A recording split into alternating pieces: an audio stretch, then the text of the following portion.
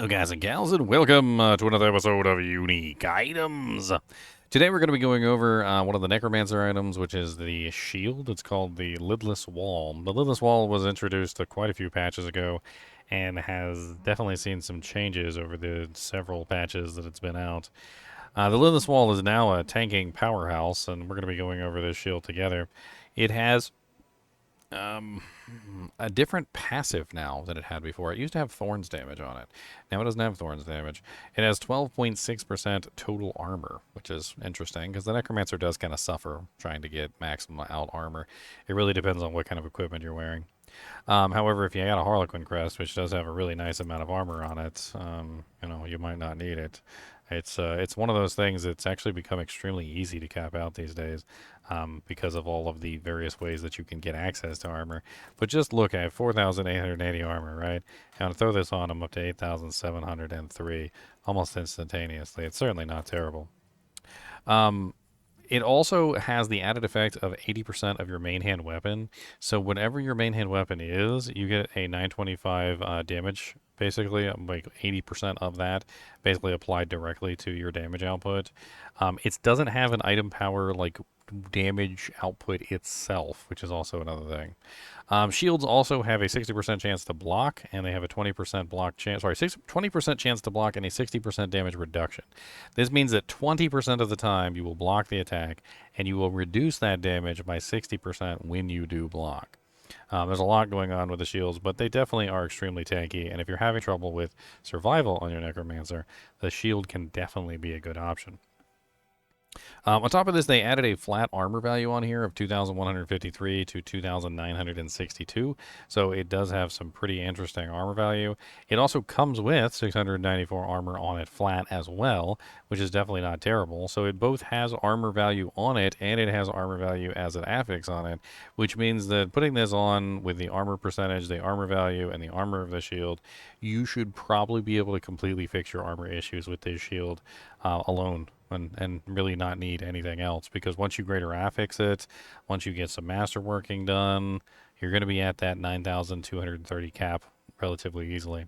Now, unfortunately, this does mean that if you are already at your armor cap relatively easily, like if you've already hit your armor cap and you're over it, then putting the shield on isn't really going to do you any benefit, because the additional armor that you're getting is not really going to help you very much.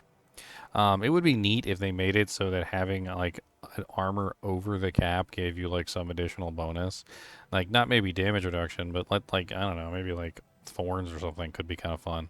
Like if you, as like any point over 9,230, you start getting like additional thorns or something. I don't know, could be neat. On top of this, it also has another effect, which is 26 to 35% Bone Storm duration, which is, of course, the ultimate ability. And as you can see, the Bone Storm doesn't really last like a particularly long period of time. It's something that you turn on, and then once you turn it on, it stays on for a little while, and then eventually it stops, and you've got like 30 seconds till your next Bone Storm. Well, this is going to give you, obviously, a much longer... siren. I don't know if you guys get... Not even sure if you guys can hear that. But it does give you a much longer Bone Storm, which is obviously going to be just better in general, because the longer it lasts, the more you get the buff. Bone Storm has some pretty interesting buffs, like it has damage reduction on it of 15%. It also comes with a 20% increased critical strike chance. So, having a longer Bone Storm means that you're going to have more damage reduction for more, damage reduction for longer, and the critical strike chance for longer. Also, there's a very nice aspect for Bone Storm where it generates barrier every single time it hits the target. And having a longer Bone Storm is going to mean that you're going to get more barrier during that time period too, which is not bad. It also has 1 to 2 to bone skills now, which is pretty nice, and that's going to cover pretty much everything that has the bone, like tag. So bone spear obviously counts, bone splinters counts.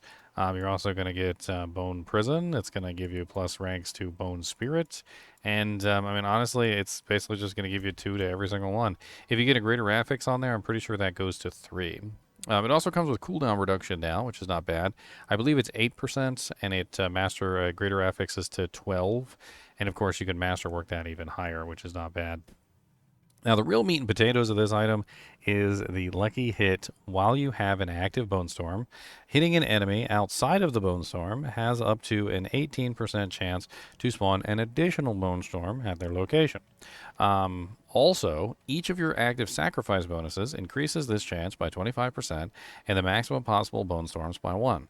So you have 3 sacrifice bonuses, which means you can get a 75% increase. So it's currently at 18% plus 75%, and I can get 1 bone storm plus 3, which means I can have 4 active bone storms, and I can get that relatively easily. So all you really have to do is you just have to have an active bone storm, like this. And let's put the shield on. Let's not be silly because we do that all the time. So you have to have an active bone shield like this, and then you just need to attack targets that are outside of your bone storm. So once you attack the targets outside of your bone storm, you will see that you have a chance to cause additional bone storms to form on the targets. And this means that you can have like 3 or 4 bone storms running at the same time just by simply making sure that you have an active bone storm at some time. And as you can see, I don't even have to have an active bone storm on myself. That's not required. I just need to have an active bone storm in general across the entire, basically, active bone storms that I have active at that particular time period. So if I'm careful with it and I utilize it properly, I can maintain my bone storms indefinitely, which means that I can potentially have the bone storms always active, which means I am always getting the critical strike bonus, which means I am always getting the damage reduction, and it also means that I'm always getting that beautiful, beautiful, beautiful, beautiful, by the way, barrier that you can get for the aspect. And let's go take a look at that real quick too, because I think it's important that we talk about some of the aspects for this particular unique item, because if we're going to be talking about the unique item, we should probably talk about the aspects for the unique item as well. I also forgot to mention that the Lidless Wall is an item that came from Diablo 2, and it's actually a pretty nice one from Diablo 2. It was faster cast and +1 to skills, which and some mana after each kill. It was actually best in slot for a long time until Spirit came out. So if we take a look at some of the aspects for Bone Storm, Bone Storm has a couple aspects. First off is the aspect of the Shielding Storm, which is each time the Bone Storm damages an enemy, you gain a barrier equal to 6% of your maximum life for 10 seconds, which is certainly not terrible. The aspect of the Ultimate Shadow is Bone Storm and Bloodwave are now darkness skills and deal shadow damage and gain additional effects.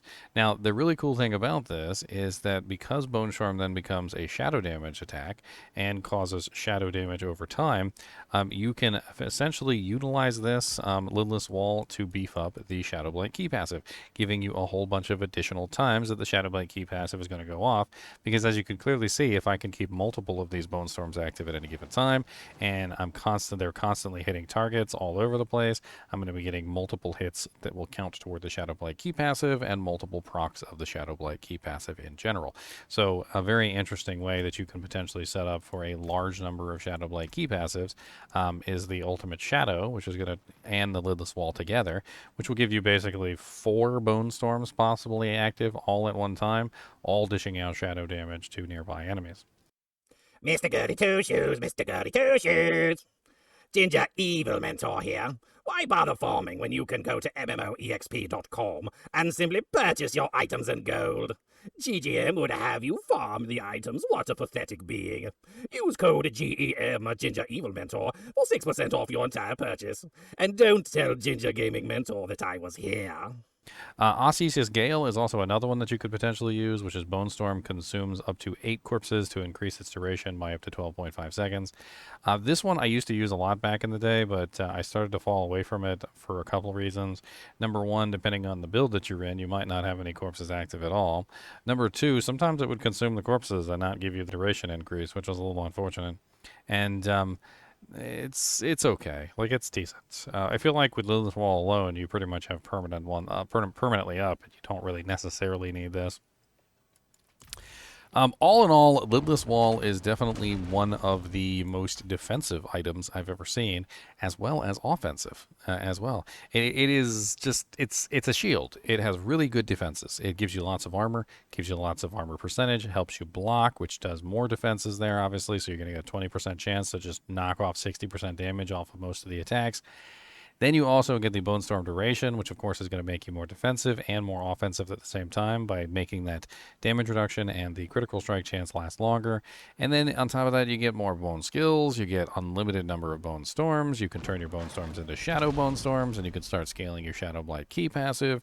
It also is going to help you with a lot of the bone things if you're using the bone side of things, which is each one of these hits is going to count toward things like serration. It'll count toward things like compound fracture. And on top of that, it'll also get additional damage from Evulsion. And if you're scaling the bone skills, it is a bone skill, so it's going to scale with all the bone stuff that you're scaling. Like, for instance, if you're using Ossified Essence, if you're scaling critical strike damage, if you've got, obviously, a large amount of just like bone skills, the Paragon node, which is, I believe it's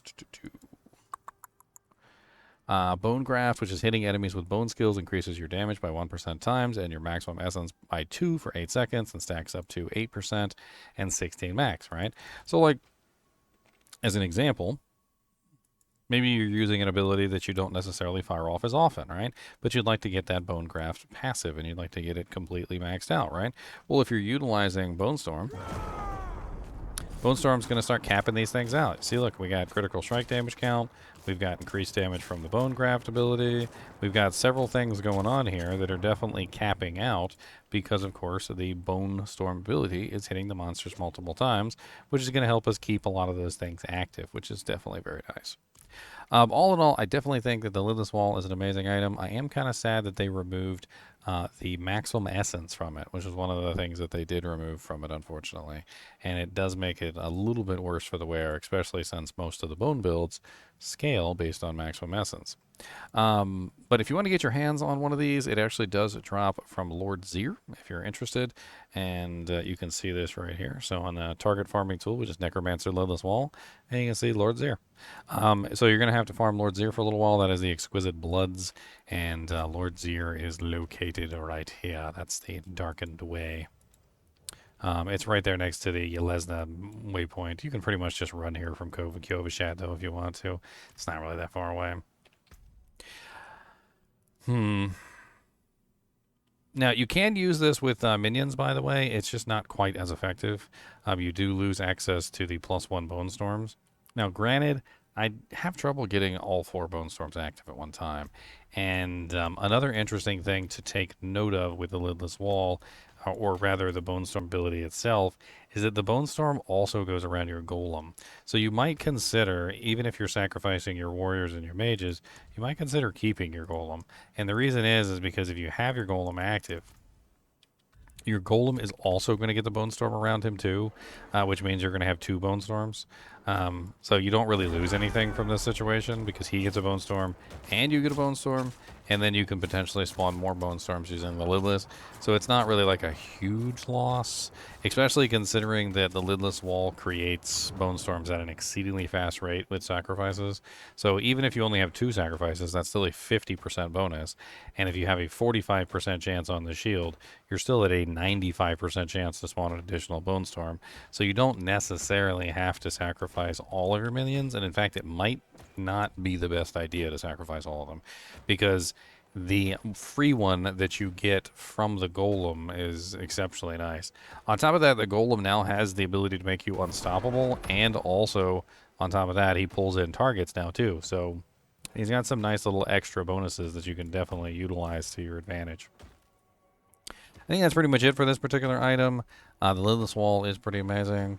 The flavor text says, initially an unpopular choice to replace Mendeln as Death Speaker, Daros quickly proved his worth with the creation of this masterpiece. As always, I do appreciate you guys again joining me for these videos. Be sure to hit that like button and the subscribe button. And as always, keep watching.